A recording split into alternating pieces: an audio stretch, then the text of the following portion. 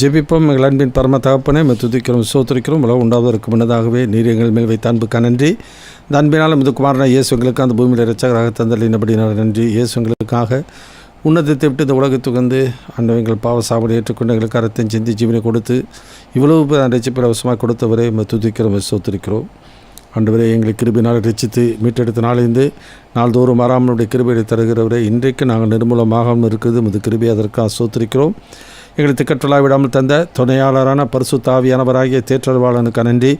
எழுதி கொடுத்த ஜீவன வார்த்தைகளுக்கான நன்றி, வாக்குத்தத்தங்களுக்கு நன்றி. அதன்படி உண்மையில் ஒரு பொதுமானவருமாக இருக்கிறவரே, இந்த நாளிலும் நாங்கள் தியானிக்கிற வேத வசனங்களை எங்களுக்கு ஆசீர்வதித்து தரும்படி இயேசு கிறிஸ்து நாமத்தில் தாழ்மையோடு வேண்டி கேட்டுக் கொடுக்கிறோம் பரமபிதாவே, ஆமென்.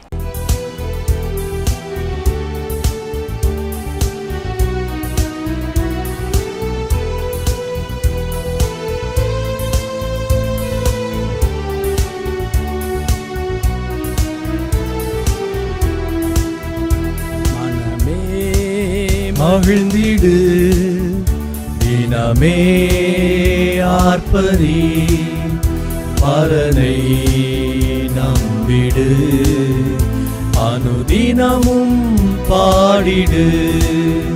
மனமே மகிழ்ந்திடு, தினமே ஆர்ப்பரி, பரனை நம்பிடு, அனுதினமும் பாடிடு. மாதேவனின் மகிமை வார்த்தையா நிறைந்து வளர்ந்துமே, தொடர்ந்து என்றுமாயார் பரிப்பாய். மாதேவனின் மகிமை வார்த்தையார் நிறைந்து வளர்ந்துமே, தொடர்ந்து என்றுமாயார் பரிப்பாய். மனமே மகிழ்ந்திடு, தினமே ஆர்ப்பரி, பரனை நம்பிடு, அனுதினமும் பாடிடு. என்றுமாய் பெருகி உயர்ந்திட, பரனின் நீதியா மகிழ்ந்து தினமே ஆர்ப்பரிப்பார். என்றென்றுமாய் பெருகி உயர்ந்திட, பரனின் நீதியா மகிழ்ந்து தினமே ஆர்ப்பரிப்பார். மனமே மகிழ்ந்திடு, தினமே ஆர்ப்பரி, பரனை நம்பிடு, அனுதினமும் பாடிடு. மனமே மகிழ்ந்திடு, தினமே ஆர்ப்பரி, பரனை நம்பிடு, அனுதினமும் பாடிடு. கர்த்தருடைய பரிசுத்தமுள்ள நாமம் மையப்படுவதாக. இந்த நாளிலும் நம்முடைய தியானத்திற்கென்று 1 கொரிந்தியர் புத்தகம் 11ஆம் அதிகாரம் 34வது வசனத்தை வாசித்து நாம் தியானிப்போம். 1 கொரிந்தியர் சாப்டர் 11 verse 34. நீங்கள் ஆக்கினைக்கு ஏதுவாக கூடி வராதபடிக்கு ஒருவனுக்கு பசியாயிருந்தால் வீட்டிலே சாப்பிட கடவன். மற்ற காரியங்களை நான் வரும்போது திட்டம் பண்ணுவேன். கர்த்தருக்கு மகிமை உண்டாகட்டும். லார்ட் சப்பர், கர்த்தரின் விருந்து என்கிற தலைப்பில் 12வது செய்தியாக நாம் இதில் இறுதியான செய்தியாக நாம் பார்க்க இருக்கின்றோம். இன்றைக்கு தலைப்பு வந்து ரிஃப்ரைன் ஃப்ரம் ஜட்ஜ்மெண்ட், நியாய தீர்ப்புக்கு விலகி நட. நியாய தீர்ப்புக்கு ஏதுவாக நம்முடைய சபை கூடி வருதலும், நியாய தீர்ப்புக்கு ஏதுவாக நம்முடைய பந்தியிலே பங்கு பெறுவதும் இராதபடிக்கு நாம் இந்த நாட்களிலே ஜாக்கிரதை உள்ளவர்களாய் அந்த பந்தியிலே பங்கு பெற வேண்டியது மிக மிக அவசியம். 2 காரியங்களை வாசிக்கிறோம். அவர் கேதரிங் அண்ட் அவர் காட்லினஸ், நமது கூடி வருதலும் நம்முடைய தேவ பக்தியும் என்பதை குறித்து இந்த நாளிலே நாம் தியானிக்க இருக்கின்றோம். முதல் காரியம் அவர் கேதரிங், நமது கூடி வருதல். எல்லா சபைகளிலும் அவரவருடைய சபையிலே ஏற்படுத்தப்பட்டபடியே நியமித்தபடியே சில சபைகளிலே தினந்தோறும் அப்பரசம் பங்கு பெறுகிற மக்கள் இருக்கிறாங்க. சில சபைகளிலே வாரத்திற்கு ஒரு முறை, சில சபைகளிலே மாதத்துக்கு ஒரு முறை, சில சபைகளில் வருடத்துக்கு ஒரு முறை, இவ்விதமாக வித்தியாசமாக பங்கு பெறுகிறதை நாம் பார்க்கின்றோம். எப்படி இருந்தாலும் நம்முடைய வாழ்க்கையிலே பங்கு பெற வரும்பொழுது நாம் எந்த நிலையிலே நாம் பங்கு பெறுகிறோம், எந்த எண்ணத்தோடு கூட பங்கு பெறுகிறோம், நாம் பங்கு பெறுதல் ஆண்டவருக்கு பிரியமானதாக இருக்குமா, ஏற்புடையதாக இருக்குமா என்பதை நாம் சிந்தித்து பார்க்க வேண்டியது மிக மிக அவசியம். கடந்த நாட்களிலே அநேக செய்திகளை இந்த பகுதியிலிருந்து நாம் தியானித்தோம். இன்றைக்கு இறுதியாக நாம் தியானிக்க இருக்கிறது, நம்முடைய பங்கேற்பு எப்படி இருந்தாலும் தேவனுடைய நியாயத்தீர்ப்புக்கு எதுவாக இருந்து விடக்கூடாது, தேவனால் அங்கீகரிக்கப்படக்கூடிய பங்கேற்பாக இருக்க வேண்டும்.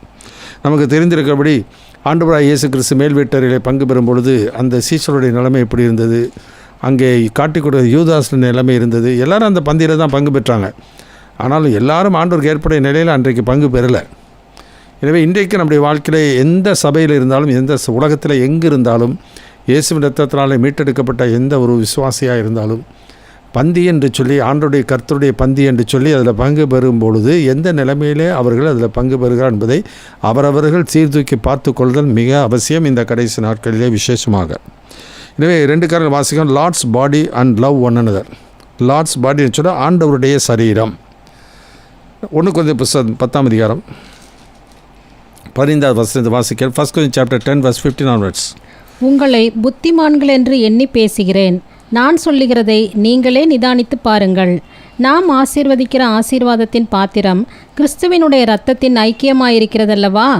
நாம் பிட்கிற அப்பம் கிறிஸ்துவினுடைய சரீரத்தின் ஐக்கியமாயிருக்கிறதல்லவா? அந்த ஒரே அப்பத்தில் நாம் எல்லோரும் பங்கு பெறுகிறபடியால் அநேகரான நாம் ஒரே அப்பமும் ஒரே சரீரமுமாய் இருக்கிறோம். எனவே நாம் ஒரே அப்பமும் ஒரே சரீரமுமாக இருக்கின்றோம். இது நிறைய ரோமருக்கு நிருபத்தில் நாம் வாசிக்கிறோம். 12ஆம் அதிகாரத்தில் வாசிக்கும் போது 4வது வசனப்படி வாசிக்கிறோம்.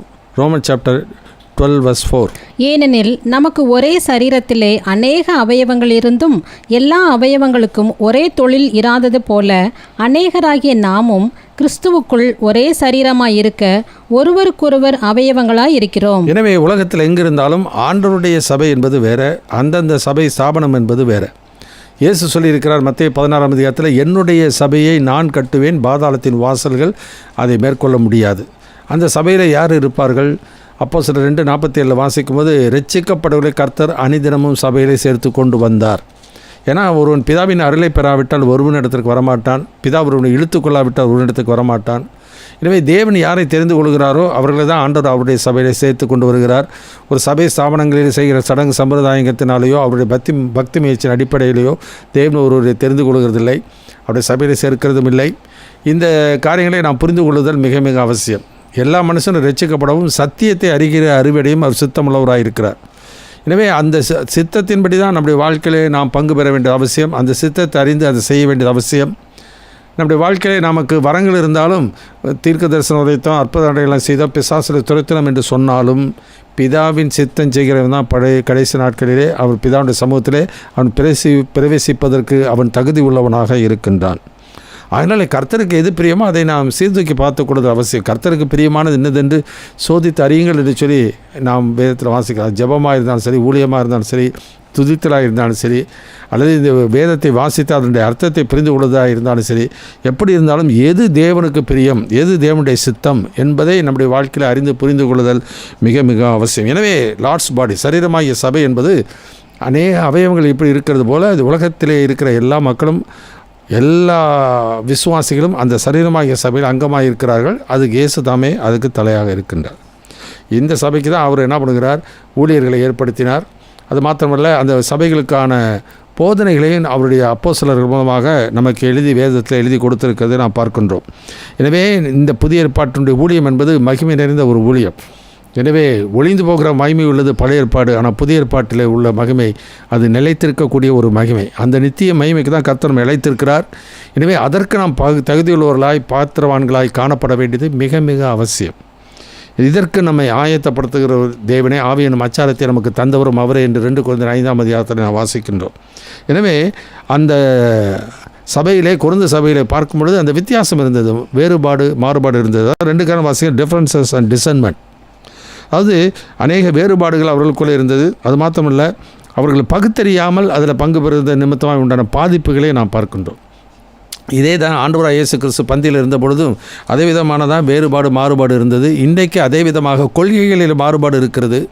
அந்த கொள்கைகளின் அடிப்படையிலே, சபையினுடைய கொள்கையின் அடிப்படையில் தான் மற்றவர்களை அவர்கள் என்ன பண்ணுறாங்க, அவர்களை ஏற்றுக்கொள்கிறதும் அங்கீகரிக்கிறதும் அல்லது அவர்களை புறக்கணிக்கிறதும் இந்த உலகத்தில் நாம் பார்க்கின்றோம். சரி, 2 காலம் வாசிக்கிறோம். Differences and டிசன்மெண்ட். 1 கொரிந்தியர் 11ஆம் அதிகாரம் 17, 18, 19 வசனம் வாசிக்கிறோம். 1 Corinthians chapter 11 verse 17 to 19. உங்களை புகழாமல் இதை குறித்து உங்களுக்கு கட்டளை கொடுக்கிறேன். நீங்கள் கூடி வருதல் நன்மைக்கு ஏதுவாயிராமல் தீமைக்கு ஏதுவாயிருக்கிறதே. முதலாவது, நீங்கள் சபையிலே கூடி வந்திருக்கும் போது உங்களில் பிரிவினைகள் உண்டென்று கேள்விப்படுகிறேன். அதில் சிலவற்றை நம்புகிறேன். உங்களில் உத்தமர்கள் இன்னார் என்று வெளியாகும்படிக்கு மார்க்க பேதங்களும் உங்களுக்குள்ளே உண்டாயிருக்க வேண்டியதே. எனவே மார்க்க பேதங்கள், ஒவ்வொரு கொள்கைகள் ஒவ்வொருத்தருக்கும் ஒவ்வொரு விதமாக இருக்கலாம். அது இருக்கக்கூடாது, இருந்தாலும் அந்த மாதிரி இருக்கிறது. அப்படி இருந்தாலும் இன்றைக்கு நம்முடைய வாழ்க்கையில் நாம் எந்த சித்தத்தின் அடிப்படையில், எதன் அடிப்படையில் நம்முடைய வாழ்க்கையில் கூடி வருகிறோம், எதன் அடிப்படையில் இந்த பந்தியில் பங்கு பெறுகிறோம் என்பதை மிக மிக முக்கியம். ஏன்னா தேவனுடைய ராஜ்யத்தையும் அவருடைய நீதியையும் தேடுங்கள். சுயநீதி ஒருபோது நம்முடைய வாழ்க்கையில் காணப்படக்கூடாது. தேவனுக்கு ஏற்ற நீதி இருக்க வேண்டியது அவசியம். அதனால தான் அதே 1 Corinthians 11:31 அப்படி வாசிக்கிறோம். 1 Corinthians chapter 11 verse 31. நம்மை நாமே நிதானித்து அறிந்தால் நாம் நியாயம் தீர்க்கப்படும். கர்த்தருக்கு ஸ்தோத்திரம். எனவே தேவன் தம்முடைய சத்திய வேதத்தை நமக்கு எழுதி கொடுத்திருக்கிறார். அவருடைய பரிசுத்த ஆவியை நமக்கு தந்திருக்கிறார். எனவே அவரை அறிந்து கொள்கிறதற்கான அறிவை, நமக்கு ஞானத்தை, ஆண்டவர் விவேகத்தையும் கொடுத்திருக்கின்றார். எனவே நாம் புத்தியுள்ளவர்களாக இருப்போமானால் நம்முடைய வாழ்க்கையிலே அந்த வேத வசனத்தின் அடிப்படையிலே நாம் என்ன பண்ணணும், நம்ம நிதானித்து அறிய வேண்டியது அவசியம். ஒவ்வொருவரும் தங்களை நிதானித்து அறியும் பொழுது அவருடைய கொள்கையின் அடிப்படையில் தான் நிதானிக்கிறார்கள், அல்லது அவருடைய மனசாட்சியின் அடிப்படையில் நிதானிக்கிறார்கள், அல்லது தங்கள் சுய பக்தியின் அடிப்படையில் தங்களை நீதிமானை நம்பிக்கொண்டு மற்றவர்களை அற்பமாக எண்ணுகிற மக்களை நாம் வேதத்தில் நாம் வாசிக்கின்றோம். இன்றைக்கு நாம் எந்த நிலையிலே நாம் அதில் பங்கு பெறுகிறோம் என்பது முக்கியம். ஏன்னா we are parts of the body of Christ. கிறிஸ்துவனுடைய சரீரமாய் சபையிலே நாம் எல்லாரும் ஒவ்வொருவரும் ஒரு அங்கமாக இருக்கிறோம், அவயவமாக இருக்கிறோம். எனவே அந்த எண்ணம் நமக்குள்ளே இருக்க வேண்டியது மிகவும் அவசியம் இன்றைக்கு. எனவே யாராக இருந்தாலும் இந்த கடைசி நாட்களிலே அக்கிரமம் மிகுதியாவதனாலே அநேகருடைய அன்பு தணிந்து போகும். முடிவு பரிந்தம் நிலைத்திருக்கிறவனை ரட்சிக்கப்படுவான். சபையில் நிலைத்திருக்கிறத பற்றி சொல்லலை, ஆண்டவருக்கான சத்தியத்தில் நிலைத்திருக்க வேண்டியது அவசியம். தேவனுடைய அன்பிலே நிலைத்திருக்க வேண்டியது மிக மிக அவசியம். அது இந்த கடைசி நாட்களிலே வெளிப்பட போகிறது. 1 Peter 2ஆம் அதிகாரத்தில் வாசிக்கும் பொழுது 6, 7, 8 வசனம் இப்படி வாசிக்கிறோம். 1 Peter chapter 2 verse 6 to 8. அந்தபடியே இதோ தெரிந்து கொள்ளப்பட்டதும் விலையேற பெற்றதுமாயிருக்கிற மூலைக்கல்லை சீயோனில் வைக்கிறேன், அதின்மேல் விசுவாசமாயிருக்கிறவன் வெட்கப்படுவதில்லை என்று வேதத்திலே சொல்லி இருக்கிறது. ஆகையால் விசுவாசிக்கிற உங்களுக்கு அது விலையேற பெற்றது. கீழ்ப்படியாமல் இருக்கிறவர்களுக்கோ வீட்டை கட்டுகிறவர்களால் தள்ளப்பட்ட பிரதான மூலைக்கல்லாகிய அந்த கல் இடறுதற்கேதுவான கல்லும் விழுதற்கேதுவான கண்மலையும் ஆயிற்று. அவர்கள் திருவசனத்திற்கு கீழ்ப்படியாதவர்களாயிருந்து இடறுகிறார்கள், அதற்கென்றே நியமிக்கப்பட்டவர்களாயும் இருக்கிறார்கள். எனவே ராக் ஆஃப் அஃபென்ஸ் என்று சொல்லுவாங்க. இந்த கடைசி நாட்களிலே அது நிகழப்போகிறது. அதுதான் விசுவாச துரோகம் முந்தி நேரிட்டு கேட்டின் மகனாகிய பாவ மனுஷன் வெளிப்பட்டால் ஒளி அந்த நாள் வராது. எனவே ஆண்டோடைய வருகைக்கு முன்னதாய் அந்த கிறிஸ்து வருவான். அந்த கிறிஸ்து வருவதற்கு சபைகளிலே இன்றைக்கு சிதறடிக்கப்பட போகிற ஒரு காரியம் நடக்கப் போகிறது. எனவே எது தேவனுடைய சித்தத்தை யார் அறிந்திருக்கிறானோ அதை செய்ய வேண்டும் என்று யார் தங்களை அர்ப்பணிக்கிறார்களோ அவர்களுக்கு தான் ஆண்டவருக்கு ஏற்புடையவர்கள், அவர்களுக்கு தான் ஆண்டவருடைய கிருபை கிடைக்கும். விரும்புகிறவனாலும் அல்ல, ஓடுகிறவனாலும் அல்ல, இறங்குகிற தேவனாலே ஆகும் என்று சொல்லி வேதத்திலே நாம் வாசிக்கிறோம். எனவே ஆண்டோடைய இரக்கத்தின் கிருபையை பெற்றுக்கொண்டு யார் வாழ்கிறானோ அவன் தான் ஆண்டவருக்கு ஏற்புடையவன். அவன் தான் அந்த கடைசி நாட்களிலே பூமியை 4 திசையிலிருந்து கூட்டி சேர்க்கப் போகிறார். ஆகினாலே சபைகள் சாவனத்தின் அடிப்படையில் ஒரு பக்தி மார்க்கமாக கூடி வராமல் நம்முடைய வாழ்க்கையில் தேவனுக்கு ஏற்புடைய நிலையிலே நாம் கூடி வர வேண்டியது, பங்கு பெற வேண்டியது மிக மிக அவசியம். அதற்கான ஆவியை நமக்கு கொடுத்திருக்கிறார். 1 யோவான் 2:20 வாசிக்கிறோம். நீங்கள் பரிசுத்தராலே அபிஷேகம் பெற்று சகலவற்றையும் அறிந்திருக்கிறீர்கள். நீங்கள் சத்தியத்தினால் அறியாததினால் அல்ல, சத்தியத்தினாலே ஒரு பொய்யும் உண்டாயிராது என்பதனால் இதை உங்களுக்கு எழுதுகிறேன் என்று சொல்கிறார். எனவே அந்த அபிஷேகமே சகலவற்றையும் குறித்து நமக்கு போதிக்கிறதா. எனவே அபிஷேகம் பெற்றுவிட்டேன் என்று சொல்கிறதல்ல, அந்த அபிஷேகம் எதை குறித்து போதிக்கிறது, அந்த போதனைக்கேற்ப என் வாழ்க்கை இருக்கிறதா. எபிரேயர் 13:9 வாசிக்கிறோம். பலவிதமான அந்நிய போதனைகளினால் அலைப்புண்டு தெரியாதுங்கள், போஜன பதார்த்தங்களினால் அல்ல, கிருபையினால் இருதயம் சிறப்படுகிறது நல்லது.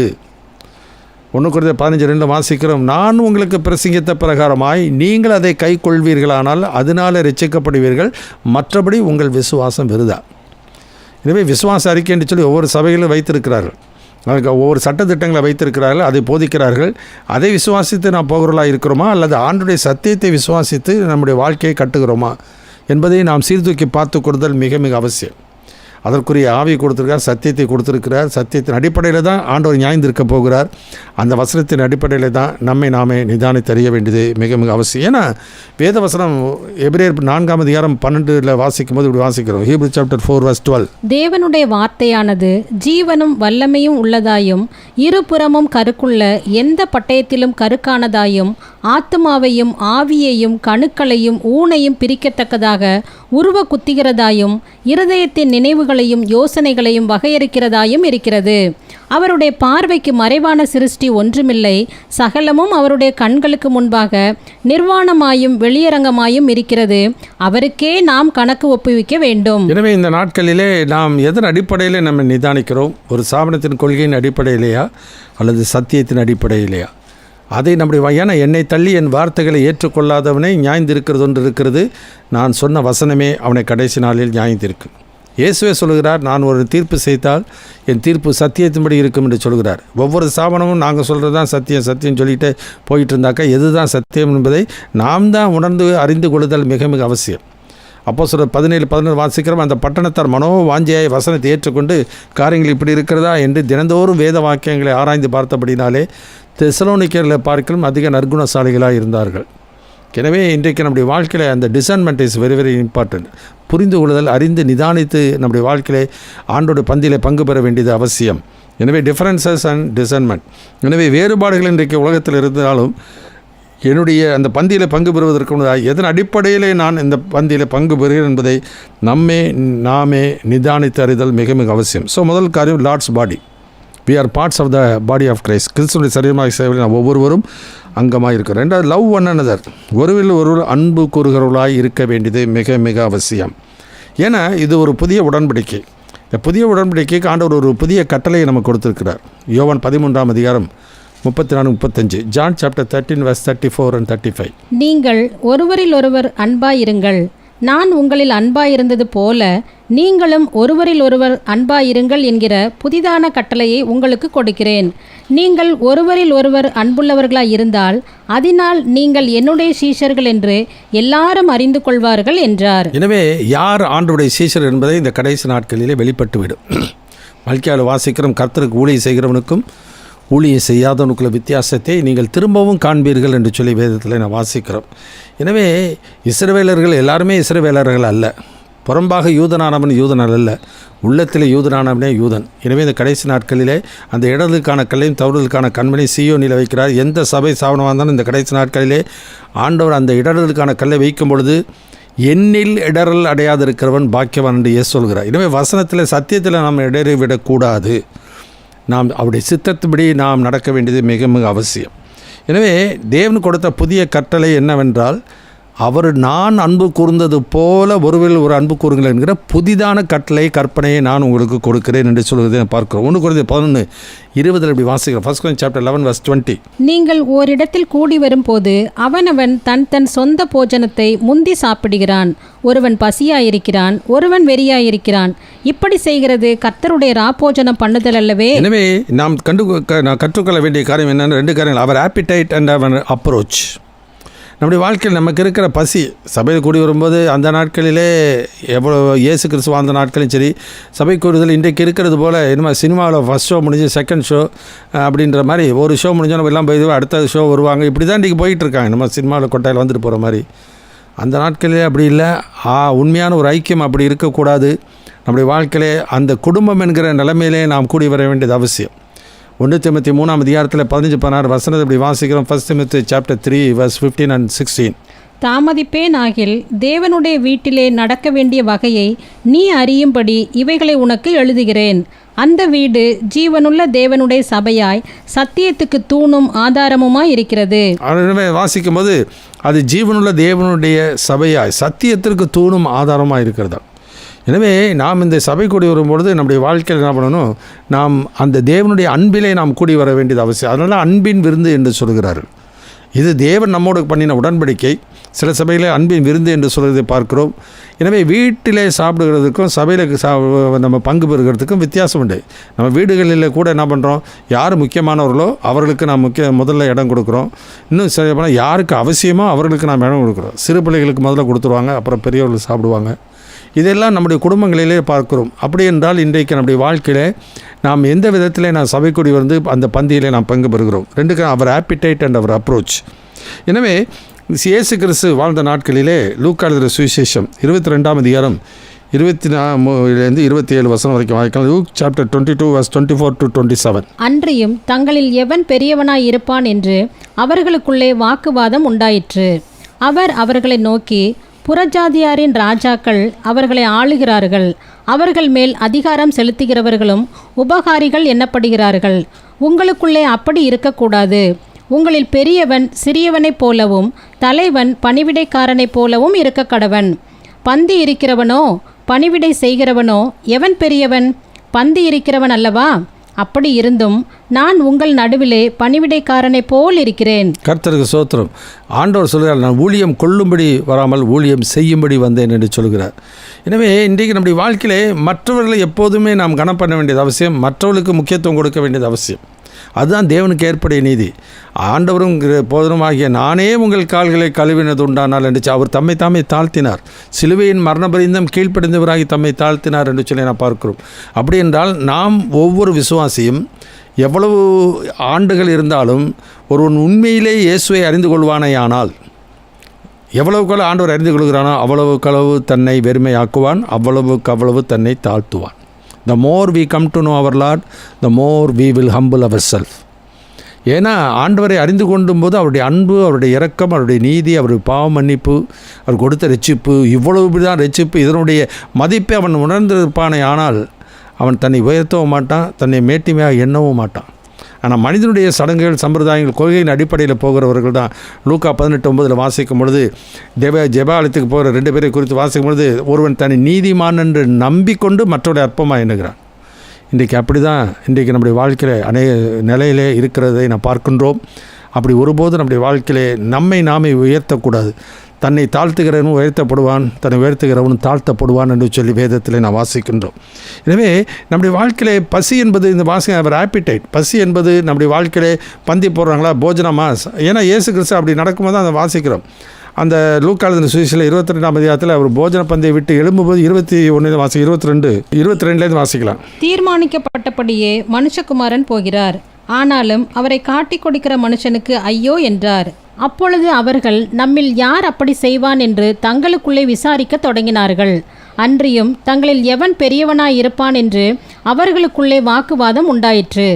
அவர் அவர்களை நோக்கி, புறஜாதியாரின் ராஜாக்கள் அவர்களை ஆளுகிறார்கள், அவர்கள் மேல் அதிகாரம் செலுத்துகிறவர்களும் உபகாரிகள் எண்ணப்படுகிறார்கள். உங்களுக்குள்ளே அப்படி இருக்கக்கூடாது.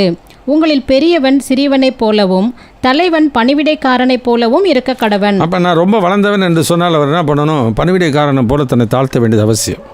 ஏன்னா சர்வ வல்லமுள்ள தேவன், சர்வத்தை படைத்த ஆண்டவர், ஒரு வேலைக்காரர் போல அது சீஷருடைய கால்களை கழுவுறது உண்டானால், அவர் தாழ்த்துறது உண்டானால், இன்றைக்கு அவருடைய சீஷர்களாக இருக்கிற ஒவ்வொரு கிறிஸ்தவர்களும் எவ்வளவுக்கு அதிகமாக நம்மை தாழ்த்த வேண்டியது மிகவும் அவசியம். உலகம் சொல்லும் பந்திக்கு முந்து படைக்கு பிந்து என்று சொல்லி, ஆனால் சபையில் ஆண்டவர் அப்படி சொல்லலை. ஆண்டவர் சொல்கிறார், இந்த பந்தியிலே நாம் முந்தி கொண்டு போக வேண்டியது அவசியம் என்று சொல்லி ஒருபோதும் எண்ணி விடவே கூடாது. பெரியவங்க இன்றைக்கி பார்ப்போம், அதெல்லாம் நடக்கும். பெரியவங்களுக்கு தான் முதல்ல இடம் கொடுப்பாங்க, அவங்களுக்கு இடத்த போட்டு வைப்பாங்க, அவங்களுக்கு கொடுப்பாங்க. ஆனால் பெரியவர்கள் தான் என்ன பண்ணணும்? மற்றவர்களுக்காக காத்திருக்க வேண்டியது அவசியம். ஆண்டவர் சொல்லுகிற காரியமே பிள்ளைகள் முதலாவது திருப்தி ஆகட்டும்னு சொல்லுகிறார். எனவே நம்முடைய வாழ்க்கையில் அந்த எண்ணங்கள் எப்போதும் ஆவியில் எளிமையுள்ளவன் பாக்கியவான், பரலோ ராஜ்யம் அப்படிப்பட்டவருடையதுன்னு சொல்லி நான் பார்க்கின்றோம்.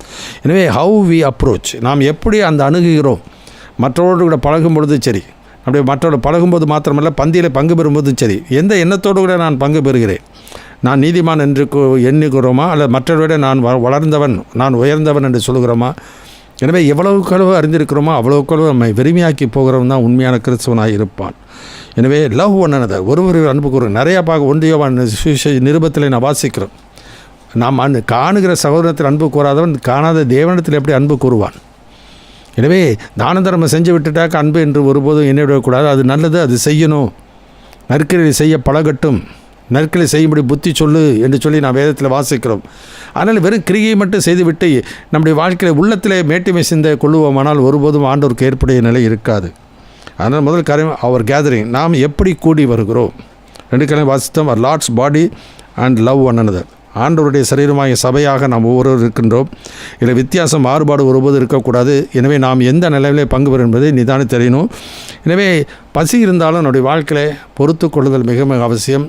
மற்றவர்களை மேன்மையாக எண்ணணும், மற்றவர்களை உயர்வாக எண்ணணும், கனம் பண்ணுவதிலே முந்தி கொள்ள வேண்டியது மிக மிக அவசியம். 2வது காரியம் வாசிக்கிறோம், அவர் காட்லினஸ், நம்முடைய தேவ பக்தி.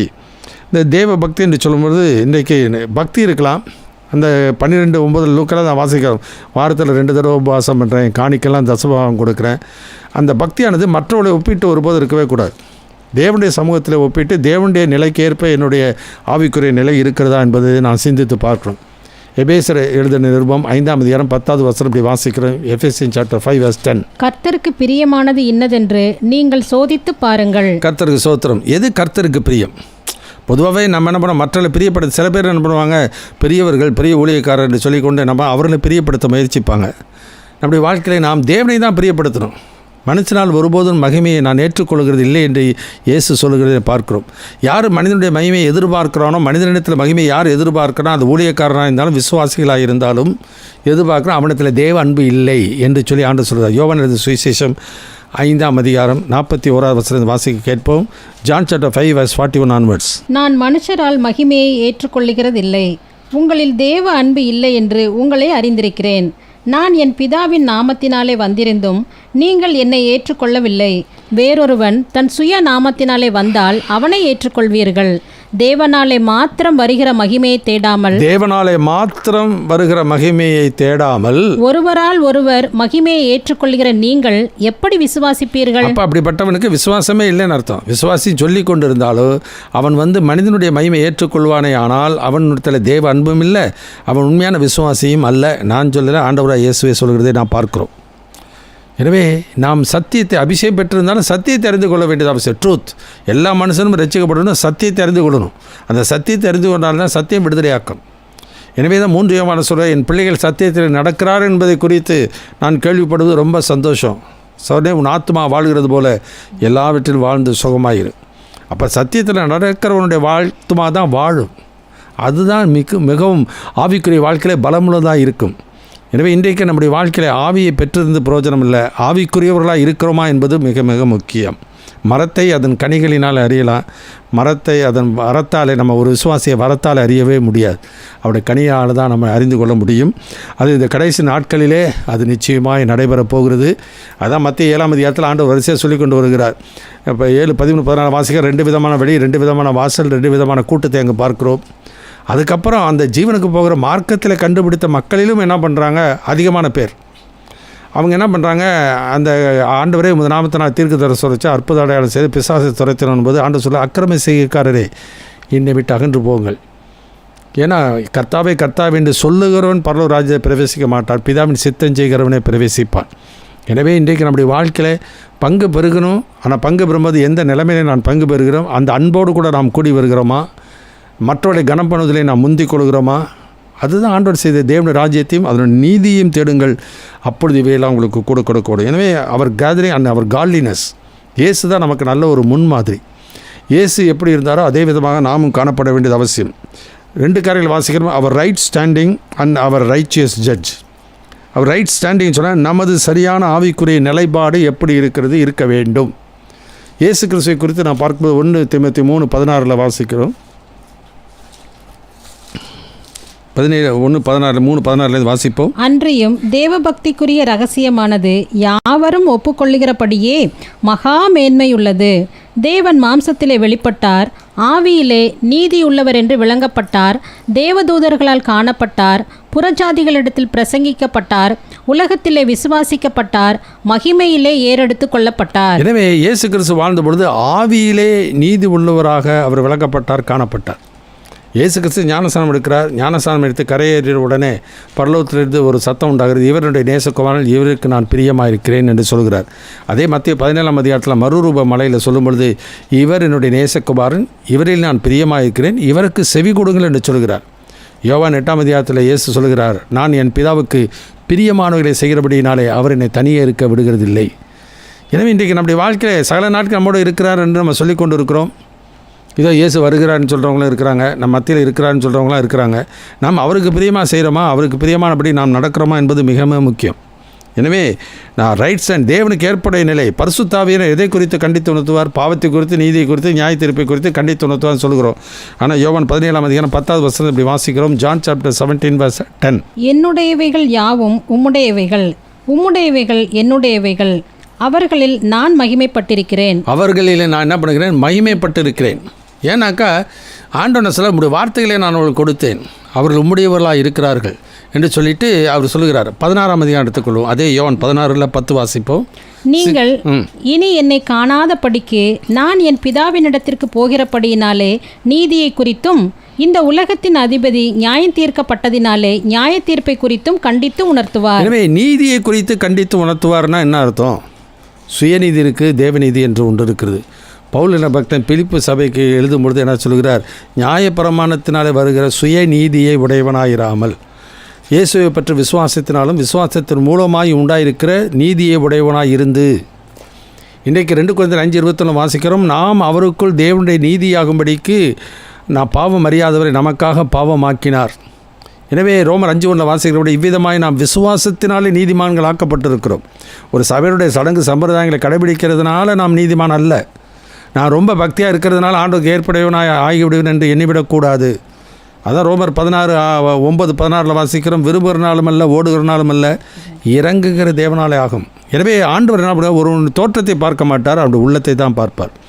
மனிதனோ முகத்தை பார்ப்பான், கர்த்தரோ இருதயத்தை பார்க்கிறார். எனவே ஆவியை நிறுத்து பார்க்கிறார். நீதிமொழிகள் புத்தகத்தில் 16:2 இப்படி வாசிக்கிறோம். Proverbs chapter 6:2. மனுஷனுடைய வழிகள் எல்லாம் அவன் பார்வைக்கு சுத்தமானவைகள், கர்த்தரோ ஆவிகளை நிறுத்து பார்க்கிறார். ஆவிகளை நிறுத்து பார்க்கிறார். இன்னொரு இடத்துல அவர் இருதயத்தை நிறுத்து பார்க்கிறார் என்று சொல்லி பார்க்கிறோம். அல்லது இருதயத்தில் சுத்தமுள்ளவர்கள் பாக்கியவான்கள், அவர்கள் தேவனை தரிசிப்பார்கள் என்று சொல்லி. எனவே நம்முடைய நிலையானது எப்போதுமே வித்தின் அண்ட் வித்தவுட், உள்ளபூர்வமாக எப்படி இருக்கிறோம், வெளிப்புற வாழ்க்கையில் எப்படி இருக்கிறோம், சபையில் இருக்கும்போது எப்படி இருக்கிறோம், சமுதாயத்தில் இருக்கும்போது எப்படி இருக்கிறோம்.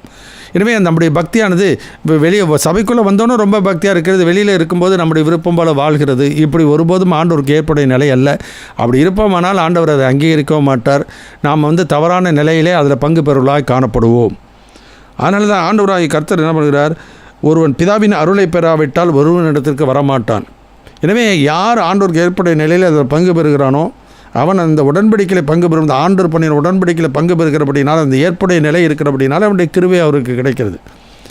எனவே ஆவியை நிறுத்து பார்த்து அந்த ஆவிக்கு ஏற்படையில தான் அவனுடைய ஆண்டோடைய இரக்கம் கிருபை கிடைப்பது இருக்கிறதே ஒழிய, நான் பங்கு பெற்று விடுகிறதுனாலே, அந்த பந்தி அப்பரசத்தில் பங்கு பெறுவதனால எனக்கு கிருபை கிடைக்கும், அதனால் நித்தியஜன் அடைய. இன்றைக்கு சொல்லிக் கொண்டு இருக்கிறார்கள், அவருடைய மாம்சம் மெய்யான போஜனம், இரத்தம் மெய்யான பானம். எனவே மாம்சத்தை புசித்து இரத்தத்தை பானவனுக்கு நித்தியஜன் உண்டு சொல்கிறாங்க. பானம் பண்ணுகிறதுனால கிடைக்கிறது இல்லை, எப்படி பங்கு பெறுகிறோம் என்பதுதான் மிக முக்கியம். ஏன்னா உள்ளத்தை தான் ஆண்டவர் சீர்தூக்கி பார்க்குறார். இன்றைக்கி ஒரு சபை இன்னொரு சபை ஒத்துக்காது, எங்கள் கொள்கைக்கு மாறாக அவங்க இருக்கிறாங்க. எனவே அவர்களுக்கு நாங்கள் ஏற்றுக்கொள்ள மாட்டோம், நாங்கள் அவர்களை ஏற்றுக்கொள்ள மாட்டோம். ஒரு காலத்தில் எல்லாரையும் ஏற்றுக்கொள்ள வைப்பார். தூற்றுக்கூட அவர் கையில் இருக்கிறது, எல்லாரையும் சிதறடிப்பார். உன் சபை கொள்கைக்கு நிற்பியா இல்லை ஆண்டோடைய சத்தியத்துக்கு நிற்பியா என்பது அந்த கடைசி நாட்களிலே தெரிந்துவிடும். அதுதான் மல்கியாவில் சொல்ல ஒரு பெரிய நாள், கருத்து பெரிதுமான நாள் வரப்போகிறது. எனவே கர்த்தருக்கு ஊழியம் செய்கிறவனுக்கும் ஊழியம் செய்யாதவனுக்குள்ள வித்தியாசத்தை திரும்பவும் காண்பீர்கள். அது நீதிமானுக்கும் துன்மார்க்கும் இருக்க வித்தியாசத்தை போல அது இருக்குமா இந்த கடைசி நாட்களிலே. எனவே இன்றைக்கு நாம் எந்த நிலையிலே நாம் இன்றைக்கு பங்கு பெறும், இன்றைக்கு அந்த நிலையில் பங்கு பெற்றாதான் அந்த ஆண்டவருக்கு பிரியமான வாழ்க்கையாக இருக்கும். ஆண்டவருக்கு பிரியமான வாழ்க்கை இருந்தால் தான் ஆண்டோடைய கிருபை கிடைக்கும். ஆண்டோடைய கிருபை கிடைச்சாதான் இருதயம் பலப்படும். எனவே பலதும் அந்நிய போதனைகளில் அழைப்புண்டு திரிவோமானால் கிருபை கிடைக்காது. அதனால தான் எபிரேயர் 12:27 வாசிக்கிறோம். அசைவில்லாத ராஜ்யத்தை பெருளாகிய நாம் பயத்தோடு பக்தியோடு கர்த்தருக்கு பிரியமாய் ஆராதனை செய்யும்படிக்கு கிருபையை பற்றி கொள்ள கடவோம். கிருபையை சம்பாதிக்க முடியாது, நம்முடைய பக்தினாலே சம்பாதிக்க முடியாது. ஆண்டவர் எவனை பிரியப்படுத்துகிறானோ அவன் மேல் கிருபை இருக்கும். தாழ்மையிலோருக்கு கர்த்தர் கிருபை அளிக்கிறார். எவன் மேலே இரக்கமாக இருக்கிறாரோ அவன் மேல் இரக்கமாக இருக்கிறார். பாவம் செய்த நிலைமையிலே வெளியில் நம்முடைய விருப்பம் போல வாழ்ந்துவிட்டு சபையில் பங்கு பெறும்பொழுது அந்த நிலையை ஆண்டவர் அறிந்திருக்கிறபடினாலே அவன் ஆண்டோடைய கிருபையை போக்கடித்துக் கொள்கிறான், தன் இருதயத்தை கடினப்படுத்தி கொண்டு இருக்கிறான். எனவே நம்முடைய வாழ்க்கையில வித்து நான் வித்து. அதான் 2 Corinthians புத்தகத்தில் 6:14 2 Corinthians 7:1 வாசிப்போம். அந்நிய நுகத்திலே அவிசுவாசிகளுடன் பிணைக்கப்படாதிருப்பீர்களாக. நீதிக்கும் அநீதிக்கும் சம்பந்தமேது? ஒளிக்கும் இருளுக்கும் ஐக்கியமேது? கிறிஸ்துவுக்கும் பேலியாளுக்கும் இசைவேது? அவிசுவாசியுடனே விசுவாசிக்கு பங்கேது? தேவனுடைய ஆலயத்துக்கும் விக்கிரகங்களுக்கும் சம்பந்தம் ஏது? நான் அவர்களுக்குள்ளே வாசம் பண்ணி அவர்களுக்குள்ளே உலாவி அவர்கள் தேவனாய் இருப்பேன், அவர்கள் என் ஜனங்களாய் இருப்பார்கள் என்று தேவன் சொன்னபடி நீங்கள் ஜீவனுள்ள தேவனுடைய ஆலயமாய் இருக்கிறீர்களே. ஆனபடியால் நீங்கள் அவர்கள் நடுவிலிருந்து புறப்பட்டு பிரிந்து போய் அசுத்தமானதை தொடாதிருங்கள் என்று கர்த்தர் சொல்கிறார். அப்பொழுது நான் உங்களை ஏற்றுக்கொண்டு உங்களுக்கு பிதாவாய் இருப்பேன், நீங்கள் எனக்கு குமாரரும் குமாரத்திகளுமாய் இருப்பீர்கள் என்று சர்வ வல்லமையுள்ள கர்த்தர் சொல்கிறார். கர்த்தருக்கு ஸ்தோத்திரம். அன்றைக்கு இஸ்ரவேல் ஜனங்கள் எப்படி புறவினத்தாரை அவர்கள் நடத்தினார்களோ, எப்படி அற்பமாக எண்ணினார்களோ, அதே விதமாக தான் இந்த நாட்களிலே சபைகளிலே ஒரு சபையானது இன்னொரு சபையை, ஒரு ஸ்தாபனமானது இன்னொரு ஸ்தாபனத்தை, ஒரு ஊழியர் அல்லது இன்னொரு ஊழியரை, ஒரு விசுவாசி இன்னொரு விசுவாசியை நடத்துகிறதை இந்த நாட்களிலே அதிகமாக நாம் பார்க்கிறோம். இது அவர்கள் கொடுக்கிற கனி, அது வரதான் செய்யும். எனவே இன்றைக்கு நம்முடைய வாழ்க்கையிலே நாம் மறைத்து மாயமாலமாக ஜீவிப்போமானால் ஆண்டுடைய இரக்கம் கிருபை கிடைக்காது அவர்களுக்கு. அதுதான் 2 Timothy 3:5 வாசிக்கிறோம். அவர்கள் தேவ பக்தியின் வேஷத்தை தரித்து அதன் பலனை மறுதலிக்கிறவர்களாய் இருப்பார்கள், இப்படிப்பட்டவர்களை விட்டு விலகு. உம்மிலே பலன் கொள்ளுகிற மனுஷனும் தங்கள் இருதயங்களிலே செவ்வையான வழிகளை கொண்டிருக்கிறவர்களும் பாக்கியவான்கள் என்று வேதத்தில் நாம் வாசிக்கிறோம். எனவே அப்படிப்பட்ட இந்த கடைசி நாட்களிலே நாம் ஆண்டோடைய இரக்கம் கிருபை கிடைச்சாதான் சமாதானம் நமக்குள்ளே இருக்கும். அவன் தான் அந்த சமாதானத்தை அனுபவிக்க முடியும். எனவே சடங்கு சம்பிரதாயங்களை செய்கிறதுனால கிருபை கிடைக்கிறது இல்லை. ரோமருக்கு நிருபம் 4:4 அப்படி வாசிக்கிறோம். Roman chapter 4:4. கிரியை செய்கிறவனுக்கு வருகிற கூலி கிருபை என்று எண்ணப்படாமல் கடன் என்று எண்ணப்படும். எனவே அது கிருபை செய்கிற கூலி, அது நான் துதிக்க வேண்டியது என்னுடைய கடமை. ஆனால் வேதத்துக்கு நான் என் வாழ்க்கையிலே நான் ஆண்டவருக்கு ஜெபம் பண்ண வேண்டியது என்னுடைய கடமை. வேதத்தை வாசிக்க வேண்டியது, மற்றொரு சத்தியத்தை சொல்ல வேண்டியது என்னுடைய கடமை. ஆத்தும ஆதாயம் செய்கிறது என்னுடைய கடமை. இதெல்லாம் இதை செய்கிறதுனால கிருபை கிடைக்கிறதில்ல. இதை செய்தாலும் ஆண்டவருக்கு ஏற்புடைய நிலையிலே நான் செய்கிறேனா, அதுதான் மிக முக்கியம். வெளிப்படுத்தல் 22:11-12 அப்படி வாசிக்கிறோம். அநியாயம் செய்கிறவன் இன்னும் அநியாயம் செய்யட்டும், அசுத்தமாய் இருக்கிறவன் இன்னும் அசுத்தமாய் இருக்கட்டும், நீதியுள்ளவன் இன்னும் நீதி செய்யட்டும், பரிசுத்தம் உள்ளவன் இன்னும் பரிசுத்தமாகட்டும். இதோ சீக்கிரமாய் வருகிறேன், அவனவனுடைய கிரியைகளின்படி அவனவனுக்கு நான் அளிக்கும் பலன் என்னோட கூட வருகிறது. இன்னொரு வசனம் வாசிக்க 2 Corinthians 5:10 வாசிக்கிறோம். 2 Corinthians chapter 5:10. ஏனென்றால் சரீரத்தில் அவனவன் செய்த நன்மைக்காவது தீமைக்காவது தக்க பலனை அடையும்படிக்கு நாம் எல்லோரும் கிறிஸ்துவின் நியாயாசனத்திற்கு முன்பாக வெளிப்பட வேண்டும். கர்த்தருக்கு ஸ்தோத்திரம். இன்னொரு வசனத்தை வாசிக்கிறோம். ரோமருக்கு நிருபம் 14:7 வசனம் வரைக்கும் வாசிக்கலாம். Roman chapter 14:7-10. நம்மில் ஒருவனும் தனக்கென்று பிழைக்கிறதும் இல்லை, ஒருவனும் தனக்கென்று மரிக்கிறதும் இல்லை. நாம் பிழைத்தாலும் கர்த்தருக்கென்று பிழைக்கிறோம், நாம் மரித்தாலும் கர்த்தருக்கென்று மரிக்கிறோம். ஆகையால் பிழைத்தாலும் மரித்தாலும் நாம் கர்த்தருடையவர்களாய் இருக்கிறோம். கிறிஸ்துவும் மரித்தோர் மேலும் ஜீவனுள்ளோர் மேலும் ஆண்டவராய் இருக்கும் பொருட்டு மரித்தும் எழுந்தும் பிழைத்தும் இருக்கிறார். இப்படி இருக்க நீ உன் சகோதரனை குற்றவாளி என்று தீர்க்கிறதென்ன? நீ உன் சகோதரனை அற்பமாய் எண்ணுகிறதென்ன? நாம் எல்லோரும் கிறிஸ்துவினுடைய நியாயாசனத்திற்கு முன்பாக நிற்போமே. எனவே நாம் எல்லாரும் கிறிஸ்துவனுடைய நியாயாசனத்துக்கு முன்பாக நிற்போமே. அதனால் சரீரத்தில் அவனவன் செய்த நன்மைக்காவது தீமைக்காவது. அதான் காயின் ஆபேலை குறித்து பார்க்கிறோம். காயின் என்ன பண்ணுறான்? அவன் சகோதரனை பகைக்கிறான். ஆபேலுடைய அந்த பலியை ஆண்டவர் அங்கீகரிக்கிறான்னு சொன்னால் இவனுடைய முகநாடி வேறுபட்டது. ஏன் உன் முகநாடி வேறுபட்டது? நீ நன்மை செய்தால் மேன்மை இல்லையோ, இல்லாவிட்டால் பாவம் உன் வாசல் படியில் படுத்திருக்கும் என்று சொல்கிறார். அவன் ஆண்டோடைய வார்த்தைக்கு செவி கொடுக்கல. அவன் சீர்திருத்தி கொள்ளவே இல்லை. அவன் தொடர்ந்து என்ன பண்ணுகிறான்? தன் இருதயத்தை கடினப்படுத்த நிமித்தமாய் அவன் கொலைபாதகனாக மாறிவிடுகிறான். அதே தான் அந்த கடைசி நாட்களிலே அக்கிரம மீதியாவதனாலே அனைவருடைய அன்பு தணிந்து போகும். எனவே அந்த அன்பிலே நாம் நிலைத்திருக்க வேண்டும் என்றால் அதனுடைய கிருபை நமக்கு அவசியம்.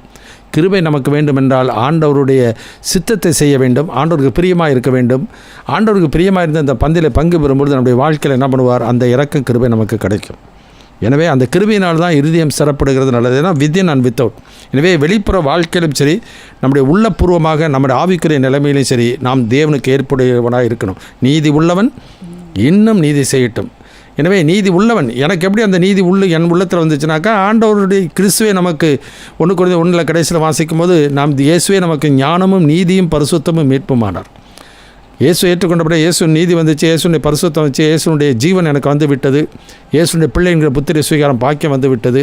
இதெல்லாம் எனக்கு கிடைச்சிருந்தாலும் உள்ளபூர்வமாக நம்முடைய வாழ்க்கையிலே அந்த தேவனுக்கு ஏற்புடைய நிலையில் இருக்க வேண்டும். வெளிப்புறமாக இருக்க வேண்டியது மிக மிக அவசியம். எனவே அவர் ரைட் ஸ்டாண்டிங் பிஃபோர் காட், தேவனுக்கு அதான் தேவநீதி என்றால் தேவனுக்கு ஏற்புடைய நிலை. ரோமருக்கு 1:17 இப்படி வாசிக்கிறோம். Roman chapter 1:17.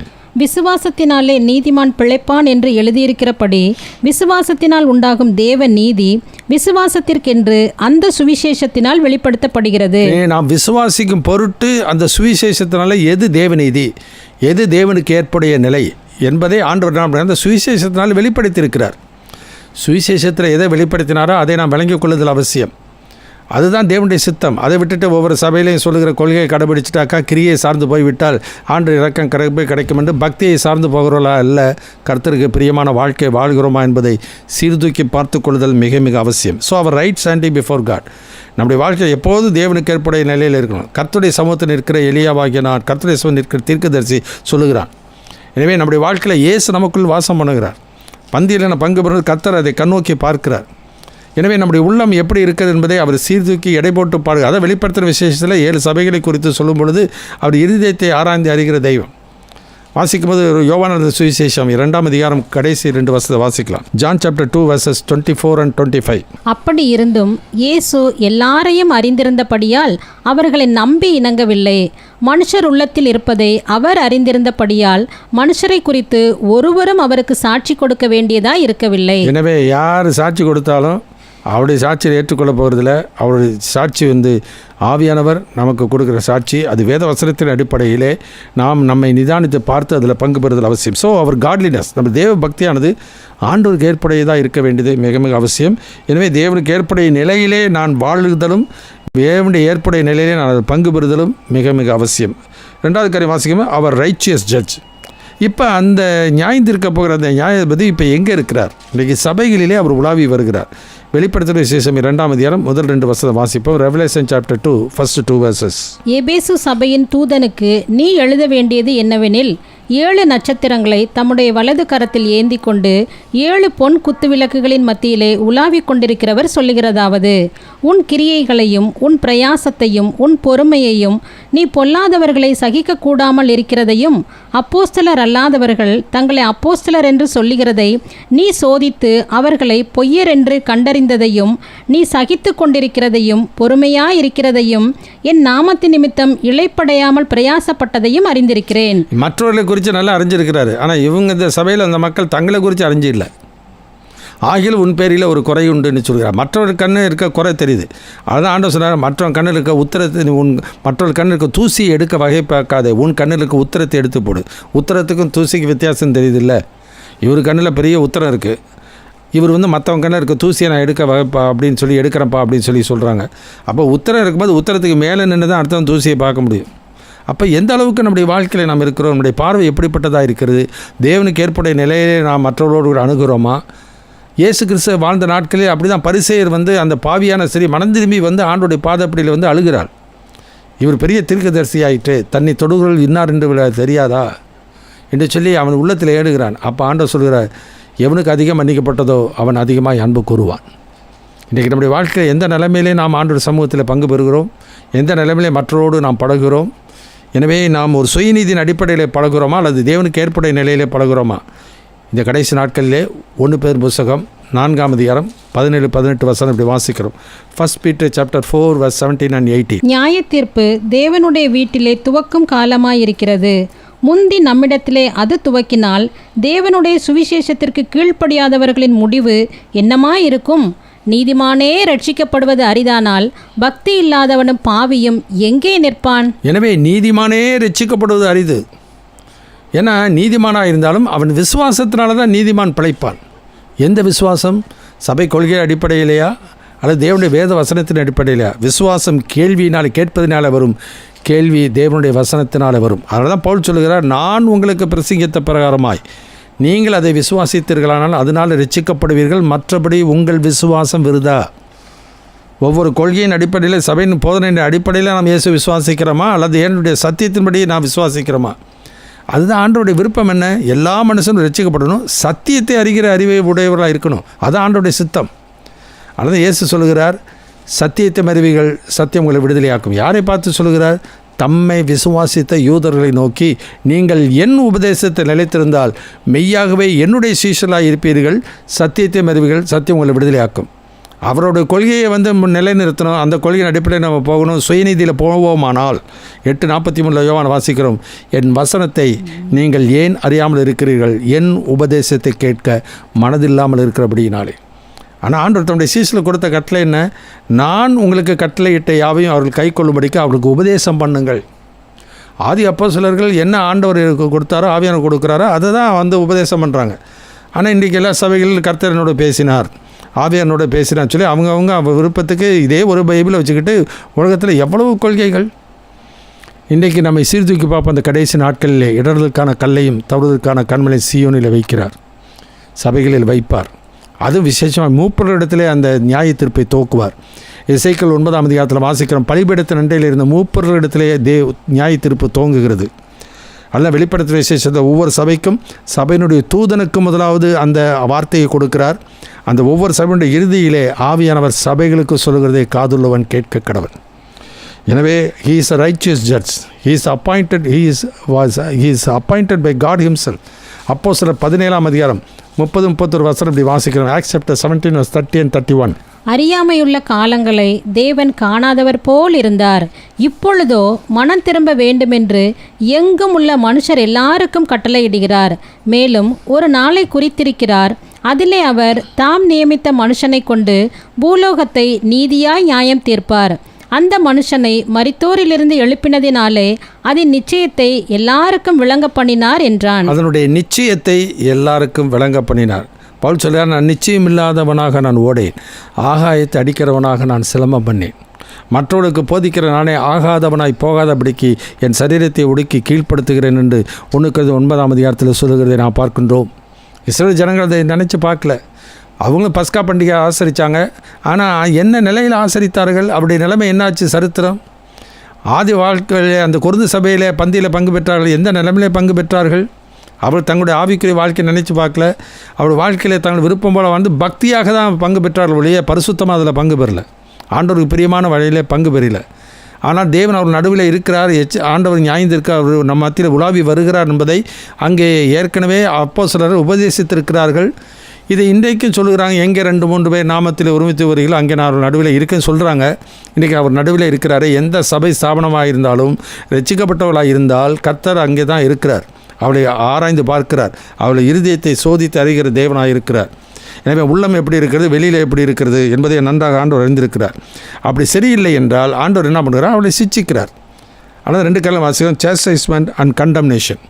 இப்போ 1 Corinthians 11ஆம் அதிகாரத்தில் நான் வாசித்தோம், சில நாட்களை தியானித்தோம். வேறு 29ஆம் வசனத்தை வாசிக்கலாம். 1 Corinthians chapter 11 verse 29 onwards.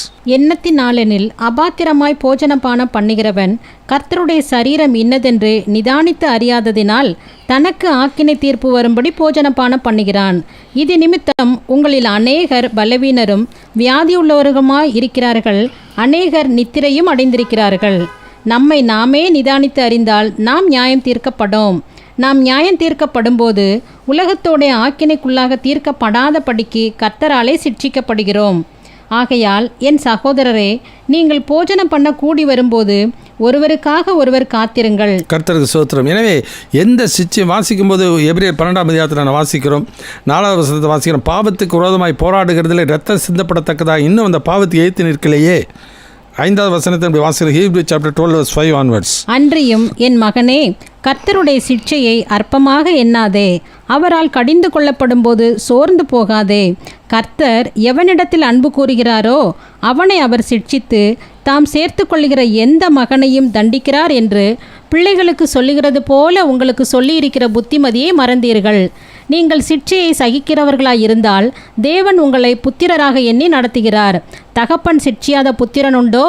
எல்லாருக்கும் கிடைக்கும் சிட்சை உங்களுக்கு கிடையாதிருந்தால் நீங்கள் புத்திரராயிராமல் வேசி பிள்ளைகளாயிருப்பீர்களே. அன்றியும் நம்முடைய சரீரத்தின் தகப்பன்மார்கள் நம்மை சிட்சிக்கும் போது அவர்களுக்கு நாம் அஞ்சி நடந்திருக்க நாம் பிழைக்கத்தக்கதாக ஆவிகளின் பிதாவுக்கு வெகு அதிகமாய் அடங்கி நடக்க வேண்டுமல்லவா? அவர்கள் தங்களுக்கு நலமென்று தோன்றினபடி கொஞ்ச காலம் சிட்சித்தார்கள்.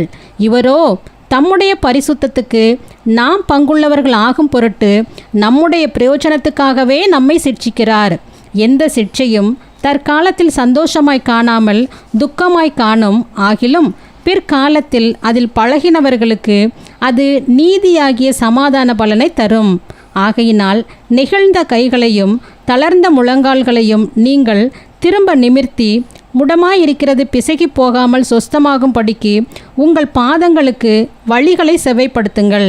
யாவரோடும் சமாதானமாய் இருக்கவும் பரிசுத்தம் உள்ளவர்களாய் இருக்கவும் நாடுங்கள். பரிசுத்தம் இல்லாமல் ஒருவனும் கர்த்தரை தரிசிப்பதில்லையே. கர்த்தருக்கு சோத்திரம். இதுதான் ஆண்டவருக்கு ஏற்புடைய நிலையிலே நாம் இருக்க வேண்டும் என்பதற்காக இந்த கடைசி நாட்களிலே நாம் ஆண்டவர் அவருடைய சரீரமாகிய சபையிலே அங்கமாக இருக்கிற ஒவ்வொரு விசுவாசியும் ஆண்டவர் சிச்சித்து சீர்படுத்தி ஸ்திரப்படுத்தி பலப்படுத்தி நிலைநிறுத்துகிற தேவன். அதான் 1 பேதுரு 5:10 நித்திய மகிமைக்கு கர்த்தர் அழைத்திருக்கிறார். எனவே நம்முடைய ஆவி ஆத்மா சரீரம் முழுவதும் கர்த்தராக இருக்கிற இயேசு கிறிஸ்து பொழுது குற்றமற்றதாக இருக்கும்படி காக்கப்படுவதற்காக அவர் சிச்சிக்கிறார். நம்முடைய பிரயோஜனத்திற்காக சிச்சிக்கிறார்.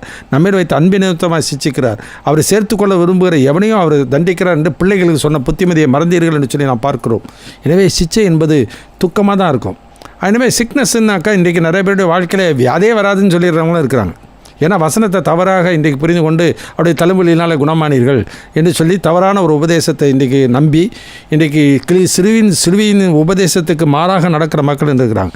அது வேதத்தில் வாசிக்கிறோம், பாவத்துக்கு செத்து நீதிக்கு பிழைத்திருக்கும் தேவனுக்கு ஏற்புடைய நிலையிலே பிழைத்திருப்பதற்காக அவர் தாமே தம்முடைய சரீரத்திலே நம்முடைய பாவங்களை சுமந்தார். அவருடைய தழும்புகளினாலே தான் நாம் குணமாக்கப்பட்டு ரட்சிக்கப்பட்டு இருக்கிறோம். மனந்திரும்பு பாவி குணப்படு பாவின்னு சொல்லி அந்த காலத்தில் பாட்டு பாடுவாங்க. இன்றைக்கெல்லாம் வியாதி வராதுன்றாங்க. அப்படியே வியாதி வந்தாலும் எதனால் வந்துச்சு? பாரம்பரியமாக அல்லது பலவீனத்தை சரீர பலவீனத்தினால் வந்ததா, இல்லை தவறான உறவு முறை பழக்கங்களை வந்துச்சா, அல்லது என் வாழ்க்கையிலே கர்த்தருடைய சிச்சையா? இன்றைக்கி அதெல்லாம் சீர்தூக்கி பார்க்கறதில்ல. ஆவிக்குரியவன் ஆவிக்குரியலை சிந்திக்கிறான். இன்றைக்கி என்ன, யாராச்சும் ஒரு ஊழியக்காரர் வந்து ஜெபிச்சாக்கா அது வியாதியெல்லாம் போயிடும், சுகமாயிரும். சிச்சையை எந்த ஊழியக்காரர் ஜெபித்தாலும் அது சுகமாகாது. கர்த்தரோட ஒப்புரவானாதான் அதிலிருந்து விடுதலை கிடைக்கும். எனவே குமாரன் விடுதலை ஆக்கினால் மெய்யாகவே விடுதலை ஆவீர்கள். சேஸ்டைஸ்மெண்ட், அதான் சிச்சை என்பதை அற்பமாக எண்ணாதேன்றார். எனவே அந்த சேஸ்டைஸ்மெண்ட் அண்ட் அவர் கண்டம்னேஷன் அப்படி செய்யாமல் போகும்பொழுது இதை நிமித்தம் உங்களை அநேகர் பலவீனரும் வியாதிப்பட்டவர்களும் நித்திரை அடைந்தவர்களுமாக இருக்கிறார்கள். எனவே அவர்கள் இருதயத்தை கடினப்படுத்த கிருபையை போக்கடித்து கொண்டே போகிறார்கள். கடைசியில் ஆண்டவருக்கு பிரியமில்லாத வாழ்க்கை பின்மாற்றத்தில் போய் கடைசி நாட்களிலே விசுவாச துரோகத்துக்குள்ளே போவார்கள். இதுதான் அந்த கடைசி நாட்களில் நடக்கப் போகிற ஒரு காரியம். 2 தெசலோனிக்கேயர் புத்தகம் 2ஆம் அதிகாரம் 1வது வசனத்திலிருந்து வாசிக்க கேட்போம். 2 தெசலோனிக்கேயர் chapter 2 verses 1 onwards. அன்றியும் சகோதரரே, நம்முடைய கர்த்தராகிய இயேசு கிறிஸ்துவின் வருகையையும் நாம் அவரிடத்திலே சேர்க்கப்படுவதையும் குறித்து நாங்கள் உங்களை வேண்டிக் கொள்ளுகிறது என்னவென்றால், ஒரு ஆவியினாலாவது வார்த்தையினாலாவது எங்களிடத்திலிருந்து வந்ததாய் தோன்றுகிற ஒரு நிருபத்தினாலாவது கிறிஸ்துவினுடைய நாள் சமீபமாய் இருக்கிறதாக சொல்லப்பட்டால் உடனே சஞ்சலப்படாமலும் கலங்காமலும் இருங்கள். எவ்விதத்தினாலும் ஒருவனும் உங்களை மோசம் போக்காதபடிக்கு எச்சரிக்கையாயிருங்கள். ஏனெனில் விசுவாச துரோகம் முந்தி நேரிட்டு கேட்டின் மகனாகிய பாவ மனுஷன் வெளிப்பட்டால் ஒழிய அந்த நாள் வராது. ஆண்டோடைய வருகைக்கு முன்னதாக அந்த கிறிஸ்து வெளிப்படுவான். அந்த கிறிஸ்து வெளிப்படுவதற்கு முன்னதாக சபைகளிலே விசுவாச துரோகம் முந்தி நேரிடும். இந்த ஆர்டரை நம்ம ஒருபோதும் மறந்து விடக்கூடாது. இஸ்ரவேல் ஜனங்கள் செய்த தவறு தான். ஆனாலும் அவர்கள் என்ன பண்ணாங்க? சமாதானத்துக்கு அடுத்தவைகளை அறிந்து கொள்ளவில்லை. எனவே இவைகளெல்லாம் இஸ்ரவேல் திருசாந்தமாக அவர்களுக்கு நடந்தது உலகத்தின் முடிவு காலத்தில் நமக்கு எச்சரிப்பு உண்டாகும்படி எழுதப்பட்டிருக்கிறது. எனவே நாம் எந்த நிலைமையில் கூடி வருகிறோம், எந்த நிலைமையில் பந்தியில் பங்கு பெறுகிறோம், வெளியிலே எப்படி இருக்கிறோம், நம்ம ஆவிக்குரிய சபைக்குள்ளே எப்படி இருக்கிறோம், உள்ளத்தில் எப்படி இருக்கிறது, வெளி வாழ்க்கை எப்படி இருக்கிறது, இதையெல்லாம் நாம் சீர்தூக்கி பார்க்கணும். இதெல்லாம் சீர்தூக்கி பார்த்து தான் ஆண்டவர் என்ன பண்ணுகிறார்? அவர்களை சிச்சிக்கிறார், சீர்படுத்துகிறார். ஸோ சேஸ்டைஸ்மெண்ட், அதனால் அது அற்பமாக எண்ணிவிடக்கூடாது. நம்ம நிதானித்தறிந்து ஆண்டவருக்கு ஏற்பட ஆண்டவரோடு ஒப்புரவாகணும். தேவனுடைய கிருபையை நீங்கள் விருதாவாய் பெறாதபடிக்கு உடன் வேலையாட்களாகிய நாங்கள் புத்தி சொல்கிறோம். இப்பொழுது அனுக்கிற காலம், இப்பொழுது ரட்சணினாள். எனவே தேவன் தாமே சாட்சி கொடுத்ததுமாக இருக்கிற இவ்வளவு விதமான ரட்சிப்பு குறித்து நாம் கவலையற்றிருப்போமானால் வரும் தண்டனைக்கு எப்படி தப்பித்து கொள்ளுவோம்? அசைவில்லாத ராஜ்யத்தை பெருளாகிய நாம் பயத்தோடு பக்தியோடு கர்த்தருக்கு பிரியமான ஆராதனை செய்யும்படிக்கு கிருபையை பற்றி கொள்ள கடவோம். நம்முடைய தேவன் பட்சிக்கிற அக்கினியாக இருக்கிறார். எனவே இந்த கடைசி நாட்கள் வாழ்ந்து கொண்டு இருக்கிறோம். இன்றைக்கி பந்தியில் பங்கு பெறுவது என்பது பங்கு பெற்றுவிட்டால் ஆசீர்வாதம் என்று சொல்லி ஏனோ தானா வென்று நம்முடைய வாழ்க்கையில் பங்கு பெறாமல், இது கர்த்தர் நம்மோடு பண்ணின உடன்படிக்கை. எனவே அவர் இரத்தத்தினாலே அந்த உடன்படிக்கையை பண்ணியிருக்கிறார். சுய இரத்தத்தினாலே சம்பாதித்த மக்கள் நாம். எனவே அவர் உண்மையுள்ளவராக இன்றைக்கும் இருக்கிறார். நாம் எந்த நிலைமையிலே நாம் அதில் பங்கு பெறுகிறோம். எனவே அசைவில்லாத ராஜ்யத்தை பெருளாகிய நாம் பயத்தோடு பக்தியோடு கர்த்தருக்கு பிரியமான ஆராதனை செய்யும்படிக்கு, சேவை செய்யும்படிக்கு, ஊழியம் செய்யும்படிக்கு, தொண்டி செய்யும்படிக்கு, பணிவிடை செய்யும்படிக்கு கிருபையை பற்றி கொள்ள கடவோம். நம்முடைய தேவன் பட்சிக்கிற அக்னியாக இருக்கிறார். எனவே ஆவியானவர் சபைகளுக்கு சொல்லுகிறதை காதுள்ளவன் கேட்க கடவன். கண்களை மூடுவோம், நாம் ஜெபிக்கலாம். எங்கள் அன்பின் பரம தகப்பனே, துதிக்கிறோம் அப்பா, நான் சோத்திருக்கிறோம். இந்த நாட்களிலே நாங்கள் தியானித்த வேத பகுதிகளுக்கு நன்றி. எனவே கர்த்தருடைய பந்தி என்று நாங்கள் சொல்கிறோம், ராபோஜனம் என்று சொல்கிறார்கள். ஆண்டவரை, நீர் எங்களோடு பண்ணின அந்த உடன்படிக்கை, விலையேறப்பட்ட இரத்தத்தினால் மீட்டுக்கொண்டு அந்த இரத்தத்தினால் எங்களோடு பண்ணின உடன்படிக்கையிலே நீர் உண்மையுள்ளவராக இருக்கிறது போல நாங்களும் உண்மையுள்ளவர்களாய் ஆண்டவர் இந்த பந்தியில் பங்கு பெறும்படிக்கு நீர் எச்சரிப்பாக எழுதி கொடுத்த இந்த வேத வாக்கியங்களுக்காக ஆண்டவரை நாம் சோத்திருக்கிறோம். ஆண்டவர், இவைகளின் மூலமாக நீர் எங்களை உமது வருகைக்கு நீர் ஆயத்தப்படுத்துகிறீர். ஆண்டவரே, எங்கள் ஆவி ஆத்மா சரீரம் முழுவதும் கர்த்தராக இருக்கிற இயேசு கிறிஸ்து வரும்பொழுது குற்றமற்றதாக இருக்கும்படி காக்கப்படுவதற்கு ஆண்டவர் நீர் எங்களை சிச்சித்து சீர்படுத்தி சிறப்படுத்தி பலப்படுத்தி நிலைநிறுத்துகிற கர்த்தராக இருக்கிறபடினாலே ஆண்டவரே நான் சோத்திருக்கிறோம். வேதனை உண்டாக்கும் வழிகள் இடத்துல உண்டோ என்று ஆராய்ந்து பார்த்து என்னை நித்திய வழியில் நடத்துகிற தேவனுடைய கரத்தில் ஆண்டவரே எங்களை அர்ப்பணிக்கிறோம். கேட்கிற ஒவ்வொரு மக்களையும் ஒப்பு கொடுக்கிறோம். நீர் ஆட்கொண்டு வழி நடத்தும். சோதனைகளுக்கு உட்பட பண்ணாதையும் தீமையை விலக்கி ரட்சித்துக் கொள்ளும். ராஜ்யம், வல்லமை, மகிமை என்றென்றும் கர்த்தருடையதே. இயேசு கிறிஸ்து நாமத்தில் தாழ்மையோடு வேண்டி கேட்டுக்கொள்கிறோம் பரமபிதாவே, ஆமென். என் ஆத்துமாவை கர்த்தரை ஸ்தோத்திரி, என் முழு உள்ளமே அவருடைய பரிசுத்தமுள்ள நாமத்தை ஸ்தோத்திரி. என் ஆத்துமாவை கர்த்தரை ஸ்தோத்திரி, அவர் செய்த சகல உபகாரங்களை மறவாதே, ஆமென்.